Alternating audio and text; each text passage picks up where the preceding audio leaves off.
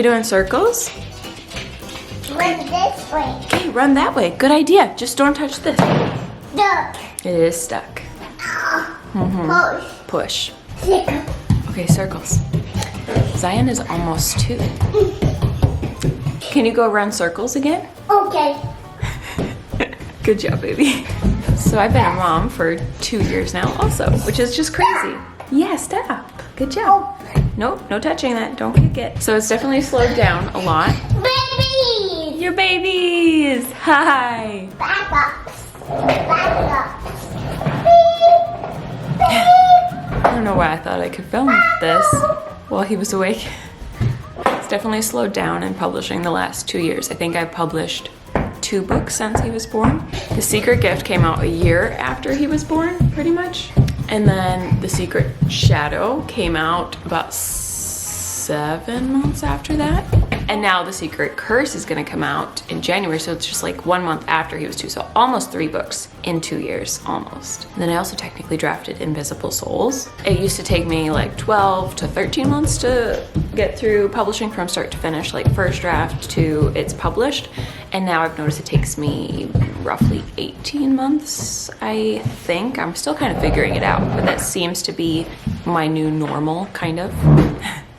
Whoop, no touching. Remember the rules? Can you run circles that way? Okay. Okay. So I wanted to share what it looks like for me to balance writing and creating with being a full-time mom, because obviously it's a little more chaotic, if you couldn't tell. I just want to give you some updates because it's been a while.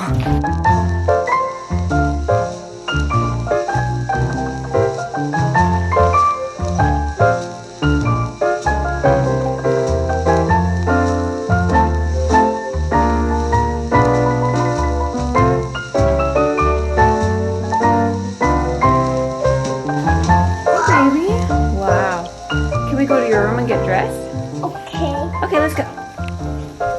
Go.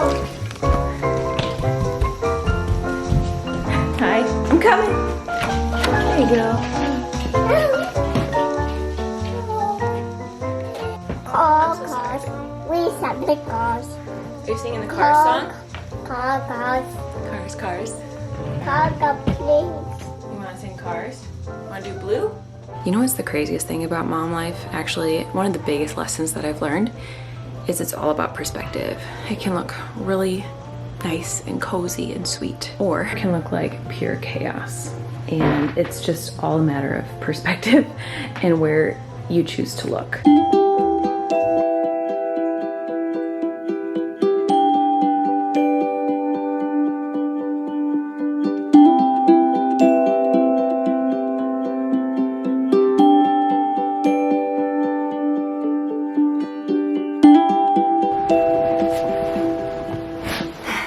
Another thing I learned, which is so obvious, it's not even really a lesson, just so much as I had to accept it, is that you can't do it all. So my house is not always this messy, but I have made a decision to focus on doing a video today instead of cleaning up. I think this was true before being a mom too, but just it's a matter of constantly changing priorities depending on what is the fire that needs to get put out at the moment. And I don't think that's just mom life, but it's definitely more exaggerated once you have a little guy running around, for sure. But let me come back to my notes because I actually have gone through 3 to 4 like creator mom seasons that have looked wildly different. So I wanted to share my experience, what went well, what didn't, what I think is just plain normal, even if it's hard sometimes, and also all the joys and the positive things, because I don't think we hear enough about that. Right from the start and all the way up till now, I'd say 80 to 90% of my work happens during naps or at night when he's sleeping. But when he's sleeping, obviously, I knew that would be the case, right? But what I didn't know early on as a mom was how sleep worked. So when they're really little, there's absolutely no routine, no schedule, and that threw me through a loop. I'm a schedule person. I like to know what to expect, and you never totally do with a little one, but when they're little, there's just no plans. Plans go out the window, and you have to be okay with that. I know I've talked about this book on my channel, but I love this book, The Happy Sleeper. I'll link it below. It really was a game changer for me because it helped me understand wake windows so that I could get the naps to actually happen. And I just was able to finally start getting that schedule back and learning, okay, so he's doing 4 naps a day, now he's doing 3 naps a day, now he's doing 2 naps a day, and now he's at 1 nap a day. And then the time slowly moves forward as he gets to have a wider wake window. But anyway, that's not the point of this video. But the reason that I am talking about it is because figuring out his sleep helped me to have that time for myself. I'm laughing because that, I guess, would be like the third lesson that I learned, which is that I treat nap times like they're kind of sacred, a little too extreme sometimes, but that's my work time. It's my me time. If I don't protect that, I don't get time for myself. There are a lot of other moms, like every mom is different, so I'm not like shaming anybody here, but they just have a different perspective or other things fill them up, and so they just don't get it, how much I protect this time for myself. And that's okay. I've learned to just accept that. And while I do care that Zion is sleeping, I 100% use that as an excuse because it's also for me. So I'll be like, no, I can't. I'm sorry, Zion has a nap. I am aware that kids do skip naps sometimes, but Zion will not because I need the time. So I guess the lesson here is like, there will be mom judgment. And I guess that's also kind of hinting at a bigger issue in the like mom sphere, is that there's constant judgment. And I don't think it's going anywhere. So it doesn't really help to complain about it or point it out. We just need to be better at deflecting it. Like, nope, it's cool. You can do what you do. I'm gonna do what I do. Because there's no right way. There's just what works for me, what works for you, and that's okay. Let me come back to my notes because I've already gone on like 3 tangents, but they were all important tangents. After another takeaway that I had, that it might just be me, or it might be creatives, or it might just be like introverts, I don't know, goes hand in hand with that whole needing me time, because I am so highly introverted that I just need that time to step away to actually be a better mom, and also to be able to create, because it's a job, right? It's an awesome job, but being a mom is work, and it's full-time. The hours are 24/7. If you can change those hours so that it's not 24/7 and get a little time for yourself, I have found at least that that's incredibly vital for me to be able to create. And if I don't have that time to myself to kind of refill the cup, so to speak, I've got nothing creative in me to pour out. There's nothing left. And I didn't write this down either, but I just want to pause and say another takeaway that I had. I can't remember where I saw it. I just saw another creator be like, for me, self-care is my work. And I was like, yeah, yes. Like before I was a mom, no, because then my work was work. I loved it, but it was still work. But now being able to step away and do a little bit of writing or make a reel even, or you name it, like if it is more the creative side of things, like writing a book or creating a YouTube video like this, then yeah, it is actually self-care. Like I thought that I had to do the stereotypical self-care, you know, go do my nails or go take a bath. And yeah, sometimes being able to go take a shower when it's been 3 or 4 days is like, yes, please. But other times I'm like, I don't want to do any of that. I want to go work on my story. So that was a game changer to just be okay with that. So again, it all comes down to getting rid of that judgment, deflecting the people who say that that can't be self-care, or maybe it's just an internal thought process where I was like, that can't be right. But now I'm like, no, it is self-care.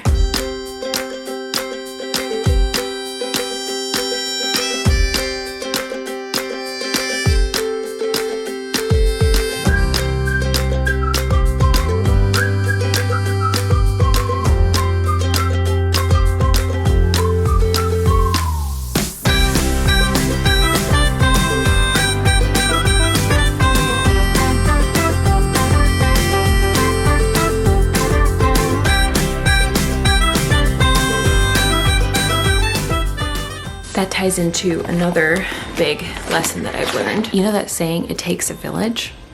But here in America, we don't really have that. We try to do everything solo, which makes it 10 times harder. As the joke goes, the hours are the worst, the pay is the worst, as in 0. And there's no credit. You know, people assume moms are just like on vacation and the responsibility is like the heaviest you can imagine. But it's not to be negative, because it's also somehow the best job ever. And there's really no explaining that. It doesn't make sense. But we really need time where we can take the mom hat off and sort of just be ourselves again. As weird as that sounds, because sometimes you can almost forget who you are. I don't know. You're also becoming a new person, and that's okay too. I went through kind of 4 different ways of approaching this. So I'm gonna pack my bag to go out and work over lunch while my hubby is home and Zion is napping, and we can chat some more.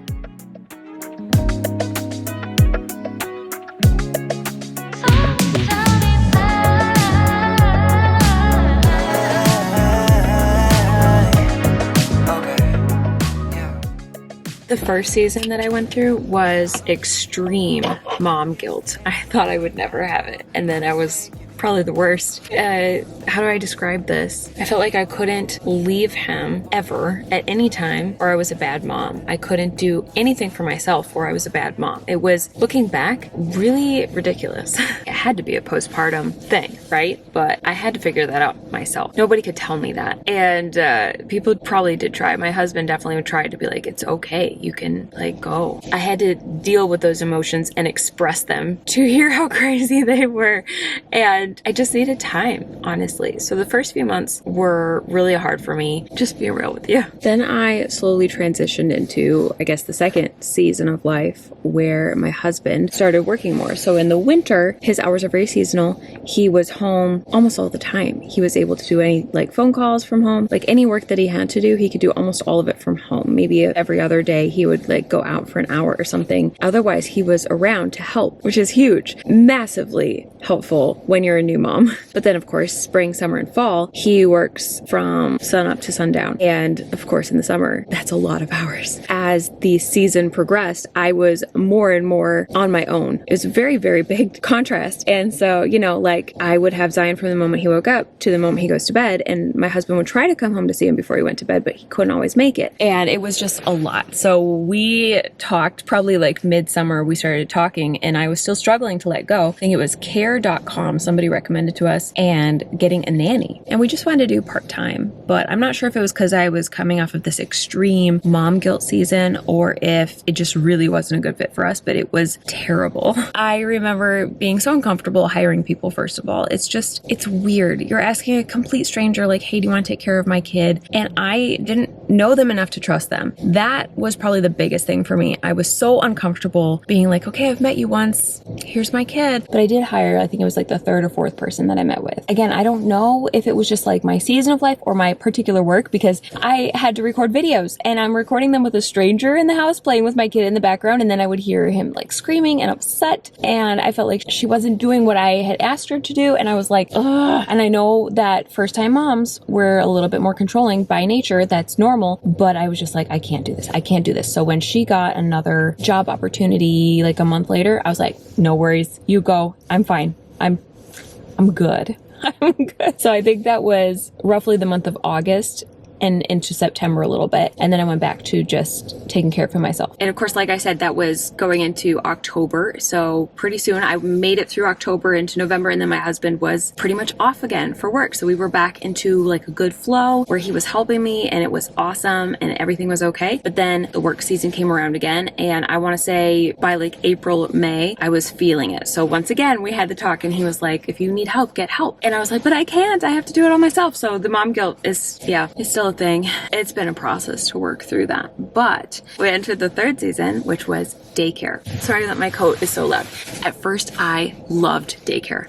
Loved it. It came at the perfect time. I think it was May into June. I had a book release at the end of June, and I did 2 days a week, and sometimes my mom would do a third day. I was suddenly going from working just a couple hours a day during naps to 6-hour days straight in a row. I was like, what is this? Who am I? I honestly didn't even know what to do with myself. I would like miss him and want to be done working, which is funny looking back. I think that connection that we have early on, like it's normal for it to be like really, really strong and to miss them. And over time, it's a little easier to come away. I think that's a normal thing. But like I said, it was a game changer for a little bit there to have daycare. I was so incredibly productive. The book release went so well. I just couldn't believe how much I was getting done. Then an incident happened at daycare. I won't go into the full story, but there had been some things leading up to this, because it's like your typical daycare is 7 kids to 1 teacher. And the younger the kids are, the more intense that is. And the more that these kids sometimes get ignored. Like if there's one kid that's crying and needs attention. The other 6 are like doing their thing. Anyway, Zion wasn't sleeping good there. He was not eating good there, but I had people telling me, you know, this is normal. He's just adjusting. So I wasn't listening to my mom tuition because I was like, well, I guess it's normal. Then he came home injured one day, broken skin in a very inappropriate place, and nobody had reported it. I won't get into the details, but it was something that the teacher should have noticed and should have reported. There was bleeding going on. It was in the diaper area, somewhere that he couldn't reach. They didn't even notice that they hurt him. I was incredibly upset, and I pulled him out of daycare that very day. Done. Unacceptable. Guess we're done with daycare.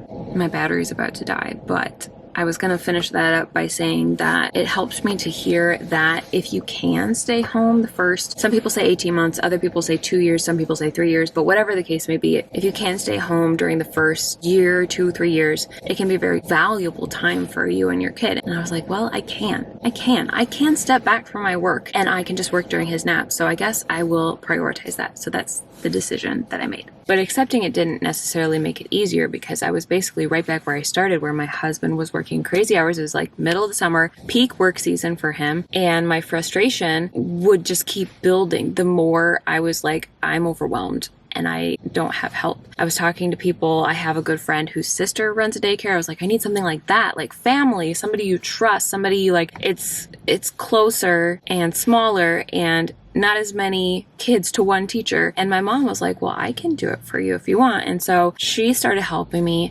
twice a week. And that, again, game changer. That's what I needed so desperately. And then that ended up being a little too much for her. So she went down to once a week, which now we're getting into the winter season again. And my husband is home. So he's actually watching Zion right now. And I'm able to just go out and I think I'm going to have 5 hours total. And that's where we're at. Whispers in my head. What you gonna do? So take it, 기도해. 난 지켜내려 해. 쉽지 않아도 진실한 나만의 beliefs. You know what they say, don't brag about what you have. Be careful and be humble, otherwise you should be ready to stumble. You know what they say, 자신감이 없니? 왜 당당하게 살지를 못해? Keep walking your way, don't look back. 너만의 길이야. Even when you fall, don't look back. 사실은 말이야. My camera died there, so if this is a little bit jumpy, I apologize. I just wanted to finish up by saying I'm just so grateful for my mom because now we're in the season where she helps me once a week. And then now, of course, now that it's winter coming up, my husband has been able to help me more and more, just like an hour here, 2 hours there, 3 hours here. And it's building as he pretty much wraps up for the season.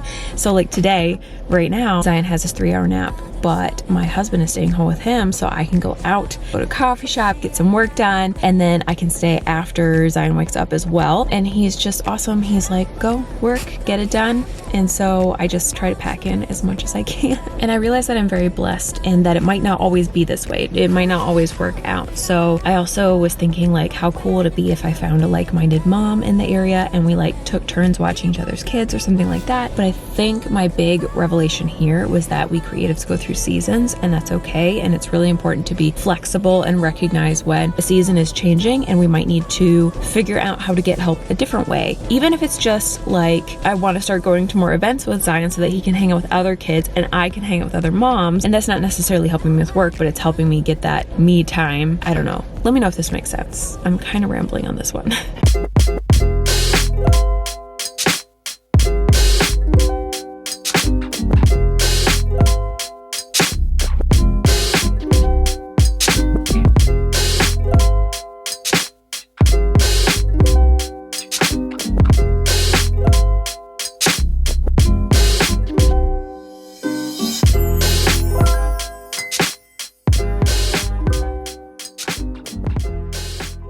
So that's kind of the expanded version of what's been going well and what hasn't. But now let's talk about slowing down and setting a new pace that's just more sustainable, which is something I should have been doing way before I had Zion, but even more so now. Okay, I wrote some notes about slowing down because it was hard for me to accept this. It was really, really hard. And I finally realized it was because of comparison. I was comparing to other people and their speed and what was right for them versus paying attention to what was right for me. I'm always going to be slower than somebody, but I'm also always going to be faster than somebody. Everybody has their own pace. It sounds so simple. It's not as simple to actually internalize. So where was this supposed speed requirement coming from that I put on myself? It was coming from comparing myself to other people, but also comparing myself to my past self. Because like I kind of mentioned at the beginning of this video, I used to be a lot faster. It was hard for me to realize that it's okay to go slower. I was resisting it, especially during goal setting specifically. I would be like, well, this is what I've done before, and I just wouldn't let myself process that maybe that's not going to work now. I still have to remind myself every time I set goals because I constantly find myself wanting to do more than I'm capable of. So it's a matter of like, picture you got a dinner plate and you're constantly putting stuff on, and then there's like the new me going, nope, let's take that off. Nope, let's take that off. Let's take that off. So it's a process. One of the things that helped me with setting a sustainable pace, though, was paying attention to how long things took me now. Because like I said, I thought, well, I need a month for beta readers. I need a month for my edits. I need, however much time per stage. But then I realized, actually, I need more like 6 weeks for this or 5 weeks for that. And so just recognizing, or hey, maybe I should start putting 2 weeks buffer time on everything. After tracking, I think it was the secret shadow that I paid attention to specifically. I started that January 2022, a month after Zion was born, and it came out in, was it June or July? I think it was June 2023. So almost exactly 18 months if I'm doing the math right, which I might not be. And that was kind of a frustrating process. It was kind of like going back to how I felt with my debut, with not having a measuring stick, not knowing what normal is, and having to figure it out as I went, and having to be more flexible with those deadlines. But now I feel like, okay, I've got a sense of it. And moving forward with the secret curse, I have been able to stay on track with that deadline. So far it's going well. We'll see what happens. But another thing I wrote down that I noticed is that burnout comes faster. Because you're also, to be totally brutally honest, pretty burnt out by the end of every single day as a mom. There are just some really intense moments. Crying is really hard on you. It's meant to be. I think it's a physical response that you get so that you'll help your baby. It's a good thing. But it's hard. So the lack of sleep is excruciating sometimes.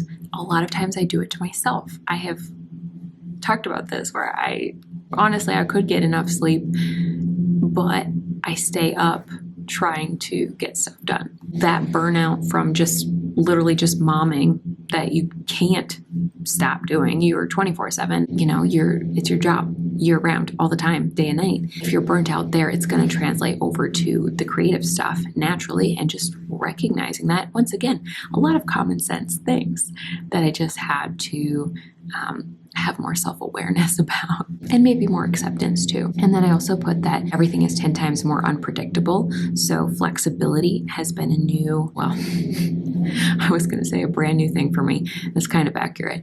I am not naturally a flexible person. I love having a plan.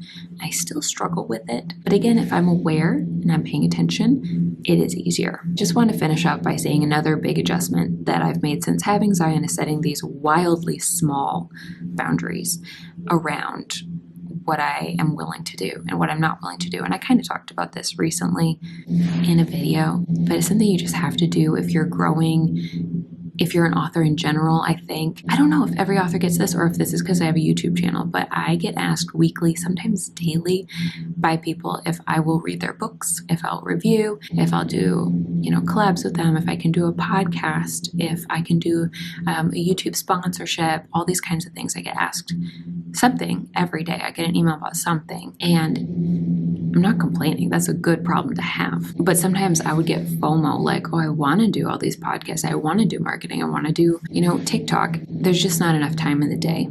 So I already kind of talked about this in a recent video, but I've been learning to say no to everybody else and to myself if it doesn't 100% align with what I'm passionate about. Specifically, when it comes to other people's passions, I realize that if I choose to help someone else with their passion, I'm actually saying no to my passion. I'm saying no to what I want to do. You have to say no to something. Like if you don't intentionally say no to someone, then you're saying no to something else. It has to happen. There's only so much time in the day. So it really helped me to set those boundaries.